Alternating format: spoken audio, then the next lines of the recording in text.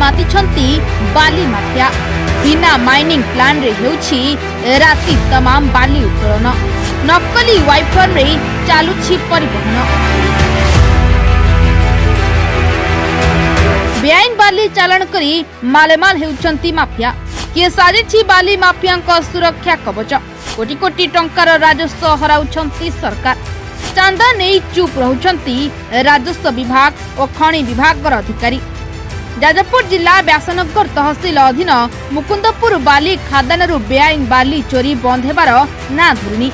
निर्वाचन पर बाली माफिया सक्रिय होई उठिछंती।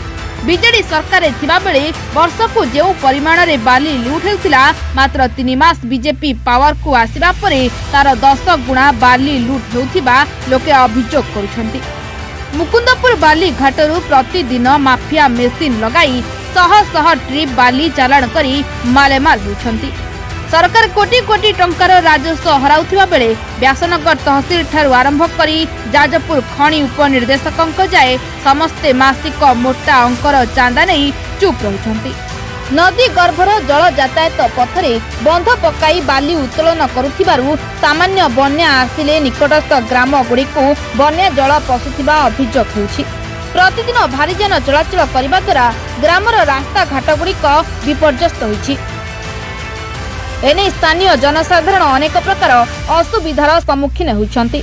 बेआईन बाली उत्तोलन सरकारक कोटी कोटी टंकार राजस्व क्षति हेबा सह नदी कूल ग्रामवासी मानक जीवन चर्चा उपरे मध्य नकारात्मक प्रभाव पकाउछि। माफिया माने रीतिमत नदीर प्राकृतिक समतुल प्रक्रिया को व्याहत करि चलिछंती। हेले राजस्व विभाग और खनि विभाग सबु जानी अजणा हेउतिबा मत प्रकाश पाइछि। बेआईन बाली उत्तोलन पई नदीबंध दुर्बल हेउथिबा बेले साधारण लोकंक स्वार्थ को जलांजलि देई प्रशासनिक अधिकारी माने चांदा आदाय रे मातिछंती। सबुठारु बड़ कथा हेउछि जाजपुर जिलापाल मध्य सबु जानी चुप रहुछंती। एठारे प्रश्न उठुछि काहेकि बाली माफियाक प्रति कार्यानुष्ठान नेउनी जिला प्रशासन। जाजपुर जिले रे किए ही बाली चोरीर रिंग मास्टर। अभियोग परे भी काहेकि चुप ओडिशार अनेक वरिष्ठ अधिकारी। बाली चोरी रे रहुछि कि तृतीय महला लिंक। मासिक केते टंकार मुनाफा नहीं चुप रहुछंती राजस्व विभाग और खनि विभाग अधिकारी। बेआईन बाली उत्तोलन पई एठारे बीजेपी बीजेडी मेंट हेउथिबा चर्चा हेउछि। ग्रामवासी माने जिला प्रशासन निकट रे बारंबार अभियोग करी नयंत हेउथिले मध्य प्रशासन एहाकु दृष्टि देउ नाही।